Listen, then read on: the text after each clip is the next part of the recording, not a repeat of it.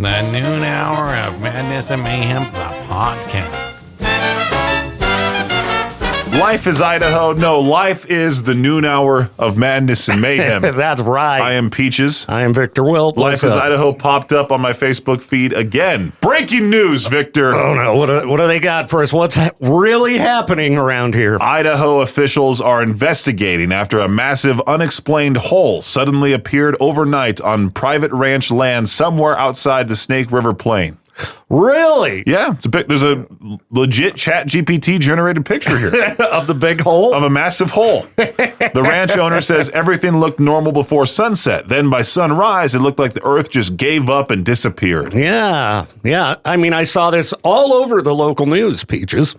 Just like that one time that post a couple days ago about how there was random earthquakes happening in all the cities across Idaho. Yep. Maybe that was generated by this page too. It was. Oh. Life is Idaho is a dumpster fire of AI slop. It has 10,000 followers, by the way. I know. It's got quite a few. And it's funny because sometimes you read the comments and people believe it. One guy by the name of Dana, ever see the movie Tremors? Oh, jeez. Throw a car in there. Let's see what else is The there. sandworms. Oh. What's that due to property taxes? From Colette. Oh, Tom and Michelle. I love a good joint Facebook account. Yeah. Tom and Michelle posted, I'm pretty sure this is a made AI story. Oh, really? Real? I don't know. It seems so real to me. Well, Coulter said that is AI. We don't have that much snow on the mountains.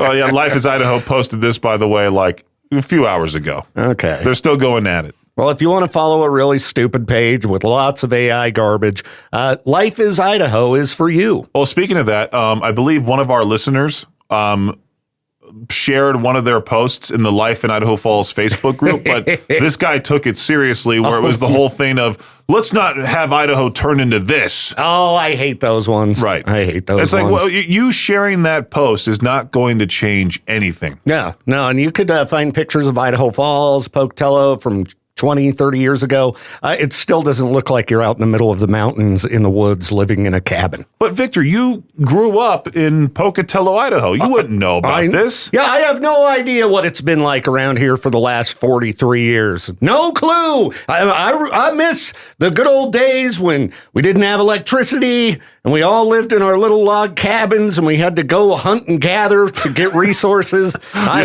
miss those days when I was a wee lad, when I was a boy. You made your wife at the time churn butter. That's right. Your daughters ran out into the field and frolicked. Exactly. They had to wear those floral dresses. Everybody had a nice meadow outside of their cabin. They personally knitted all the time. Oh, yeah. You had to make your own clothes.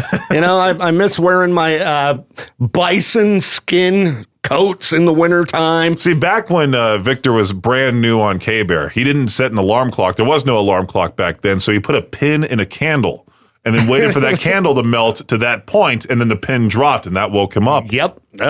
So what we had to do back in those days, Peaches, back when Idaho was like it used to be. But that's why you're a book collector. That makes sense now. That's why you read all these different books. There was no TV back then. No, that was our only form of entertainment.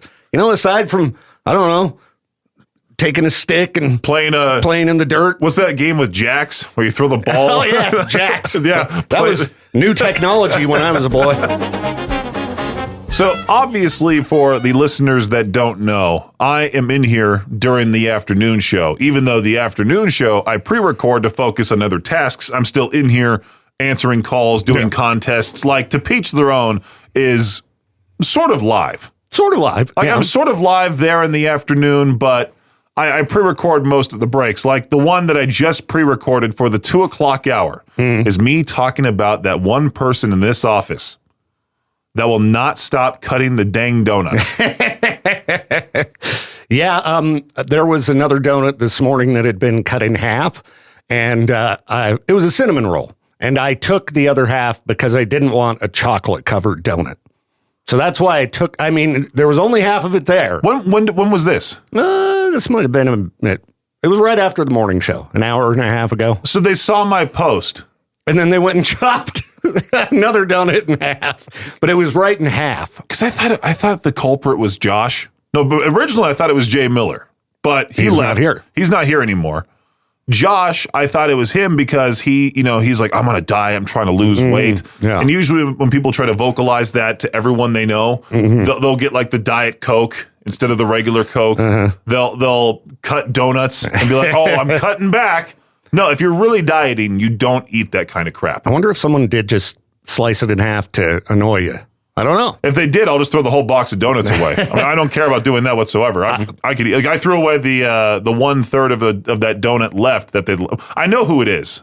Yeah. You told me who you speculated it was. Yeah, but they don't seem like they would do that just to annoy you. No, I feel like that person's so like in their own land or in their own mind kind of thing, like la la la la la, that she just doesn't pay attention. Well, and maybe, just wanted part of a donut. But who eats chocolate-covered donuts? I do. You do? Yeah. I just don't like them. Oh, okay. I saw them sitting there, and I was like, all right, I can say no to a donut. This is great. I had the maple bar, the one maple bar left, and that's what kind of drove me to see that's what drove me to see that 1/3 left of a donut. That picture of the box of donuts with the maple bar in it is what drove me over to the donuts, but the maple bar was gone. Sorry. So I should have eaten half of it. You should have had half. Yeah, that's why, Peaches. Share. But I still don't. Maybe it's Jade trying to annoy me. It could be. He likes to do that kind of crap. Jade did this thing this morning. I noticed these things. I'm very hyper aware of these types of things. He went to Justin, talked to him. Went to Josh and Chantel, talked to them. Goes past my studio, doesn't say a single word. Goes to Katie, says hi to her. Goes to you and says, "What's up, dirtbag?" And then he goes back around and still doesn't say anything to me at all. Maybe he is just trying to get under your skin today. That's all I can think. I don't know. Or maybe he didn't have something important to tell you. He had some kind of crap that he needed me to do. I don't remember what it was. But at least a hi or something. I guess. I feel bad because I sometimes don't say hi to Andrea, and Jeff's office is right next to hers. I'm like, Jeff, there he is. And I walk by Andrea and I have to look at her. See, you're doing the same thing, Peaches. You heard her feelings. I can't be like, what's up, Andrea? How you doing? Maybe she's the one. Cutting the donuts. Yes, it's all Andrea's fault. Shame. All right, Victor, you told me you have something here for the noon hour of Madness and Mayhem. Yeah, I've got a warning. I mean, I warn people all the time to avoid natural waters, right? There's wildlife, there's parasites. Well, in beautiful Yellowstone National Park, as well as Grand Teton National Park, new federal study has found brain-eating amoebas in recreational waters. I love that punk band. Brain-eating amoebas. Yeah, they're fantastic. So, yeah, they found in 1/3 of all of the water samples they took the brain-eating amoeba, and it can cause some unpleasant things such as death. 98% of people who get it die. 98%, and you still got people like, when are they gonna fill up Jensen Grove? Now, I don't know if Jensen Grove had brain-eating amoebas, okay? Don't you all be reporting me for saying false information. But, yeah, don't go in the water in Yellowstone, man. I mean, brain-eating amoeba. If something's eating your brain, does that, make it easier on you when you're dying? Let me Google search this real fast. Like, would that eliminate pain receptors, or, do you just kind of, you lose some form of consciousness? I don't look a lot into parasites because they give me the creeps.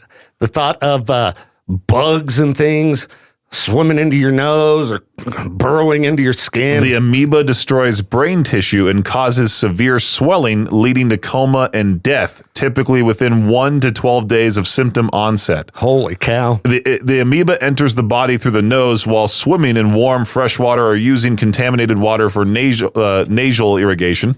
Nasal irrigation. So be careful with that nasal spray. Yeah. Don't fill up your saline nasal spray in the river. It travels from the nose along the how do you say this? The olfactory. Is that an L there? The olfactory nerve to the brain, it consumes brain cells, causes massive inflammation. So your head swells up? So you start out with a severe headache, maybe you get a high fever, nausea, vomiting, stiff neck, and then later on you have confusion, lack of attention, loss of balance, hallucinations, seizures, and coma. And then coma and death. The fatality rate is over 97%. It's almost always fatal, even with prompt treatment. Yep. So if you're participating in water sports, especially during the hottest parts of the year, because a couple of years ago, somebody died at Lake Mead from this. Just go to the pool. Just go to the pool, people. You know, like those natural waters, man. It's getting bad. I'll send you this whole scientific article for what exactly happens. Oh, this 9-year-old got it. This 9-year-old by the name of Hallie died after contracting a rare brain-eating amoeba infection while swimming near her family's home in Kansas. Wow. The organism responsible dwells in warm freshwater lakes and rivers and usually targets children and young adults. Once in the brain, it causes that swelling. The infection is almost universally fatal. It's giving the same information. Although deadly, infections are exceedingly uncommon. There were only 34 reported in the U.S. during the past 10 years. Okay. That was back in 2014. Oh, okay. Well, things are heating up, Peaches, since 2014. So just be careful out there, everybody. We want our listeners to be alive and not, dealing with brain-eating parasites. I'll put that in imaging. Okay. So yesterday, Victor, we were talking about stupid Life is Idaho posts. Yeah. And wasn't one of them like, hey, that's awesome. Idahoans say, that's huckleberry. Yeah. Something like that. It had a whole bunch of supposed phrases we use, most of them didn't even make sense, but also that I'd never heard a single person use. And you mentioned how, like, when it comes to picking huckleberries, you've never actually picked any huckleberries because people keep those spots secret. Yes. And I just had a video online. I wish I can give the guy credit and talk about it and actually play the video because it's so funny. This guy gives away different secret parts of Utah. Oh, he'll be like, this, by the way, is a massive swimming hole, like for a lot of families with kids. Parasites, they can just jump right in. Don't do it. And I was going to bring that up in the last break, but I figured we'd talk about it here to wrap up the noon hour of Madness and Mayhem. Why not be? This guy was giving directions to these different places, and people were commenting. Like, I hope you OD and die. Jeez. Why are you giving away these like secret parts that are gems to us?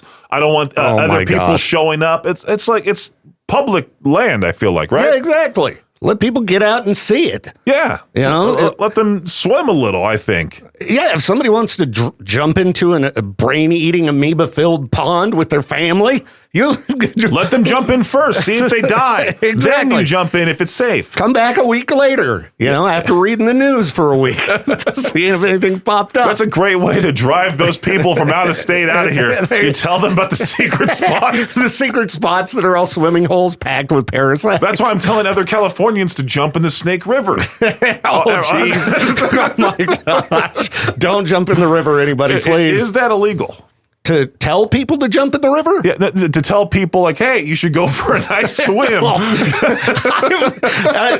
Due to the fact that they could die, I would think, Peaches, that's...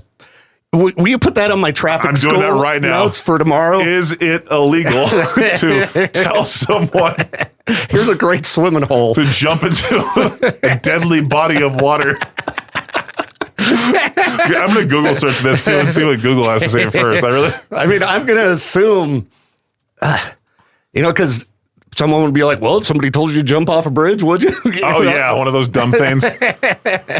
Telling someone to jump into a deadly body of water is generally not illegal in most jurisdictions, including the majority of the U.S. and the U.K., as words alone typically do not create a legal duty or criminal offense. However, it can become a crime under specific circumstances involving a duty of care, intentional harm, or statutes regarding suicide. So it's more so like, hey, have you pushed your friend into the Snake River? Yeah, or if you held him at gunpoint and were like, jump in! Yeah, do it! No one's going to miss you! You're from California, get out of my state! Then it might be a crime. This is Huckleberry.